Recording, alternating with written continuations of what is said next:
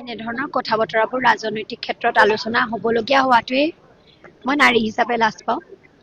বহু নেতাক বহুতে মৰম কৰে, কিন্তু আচলতে আমাৰ কথাটো এনেকুৱা হয়, নিজে কৰিলে লীলা, আনে কৰিলে ধৰি বান্ধি কিলা। হিমন্ত বিশ্ব শৰ্মা ডাঙৰীয়াৰ লগত যদি হয় তেতিয়া সেয়া মৰম, অখিল গগৈ ডাঙৰীয়াৰ লগত যদি হয় তেতিয়া সেয়া তেখেতক আচলতে বদনাম কৰি চুমা বাবা আখ্যা দি বিধানসভাৰ উত্তাল কৰিছিলেতো আমাৰ মৰিয়নি সমষ্টিৰ বিধায়ক গৰাকীয়ে।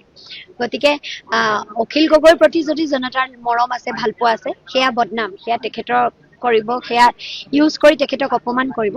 কিন্তু একে কামবোৰ সকলো ৰাজনৈতিক নেতাই কৰে, একে কাম মুখ্যমন্ত্ৰী মহোদয়েও কৰে।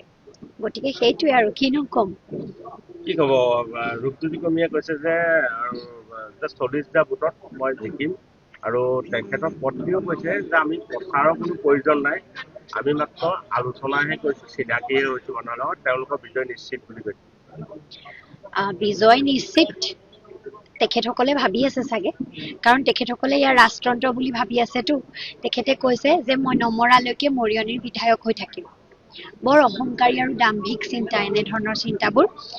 জনসেৱক বা জনপ্ৰতিনিধি এজনৰ চিন্তা এনেহে হ'ব লাগে বুলি আমাৰ মগজুৰে ঢুকি পায়, যে মই নমৰালৈকে মৰিয়নিবাসীৰ ৰাইজৰ সমস্যা সমাধানৰ বাবে যুঁজি থাকিম, মই নমৰালৈকে মৰিয়নিবাসীৰ ৰাইজৰ লগত থাকিম।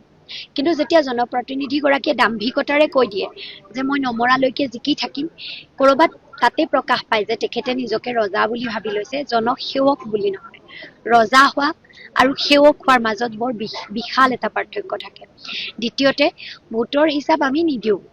ভোটৰ হিচাপ দিয়াটো মই এক অহংকাৰী মনোভাৱ বুলি ভাবো। মই ৰাইজৰ ওচৰলৈ আকাংক্ষাৰ বুজ ল'বলৈ গৈছো, তেখেতসকলৰ সমস্যাৰ বুজ ল'বলৈ গৈছো। তেখেতসকলে কিদৰে মৰমৰ প্ৰতিদান দিয়ে, বিশ্বাসৰ প্ৰতিদান কিদৰে দিয়ে, সেয়া সিদ্ধান্ত ৰাইজে ল'ব। কিন্তু কেনেকে কেলকুলেশ্যন কৰি কোনোবাই কৈ দিব পাৰে যে ইমান ৰাইজে মোক ভোট দিব, সিমান ৰাইজে মোক ভোট দিব। কাৰোবাক ভয় ভাবুকি দি ভোট কিনা নাযায়তো, কাৰোবাক দম দাদাগিৰি কৰি তই মোক ভোট দিবই লাগিব বুলি। তেনেধৰণৰ হিচাপ কৰিলেহে ওলাব কিমান ৰাইজে দিব। নহলেতো আমাক বিজেপিৰ মানুহেও কৈ আছে আমি এবাৰ তোমাকেই ভোট দিম, মোক এজিপিৰ মানুহেও যোগাযোগ কৰি আছে আমি এবাৰ তোমাকেই ভোট দিম, কাৰণ আমি অতিষ্ঠ হৈছো, আমাক কুৰ্মী ৰাজৰ অৱসান লাগে।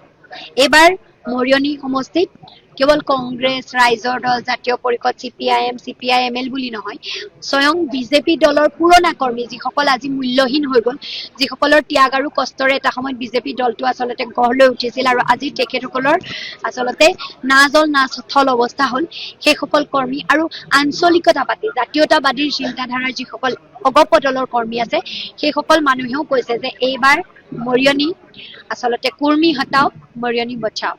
কুৰ্মী ৰাজৰ অৱসান লাগে, মৰিয়নি সমষ্টিক উদ্ধাৰ লাগে।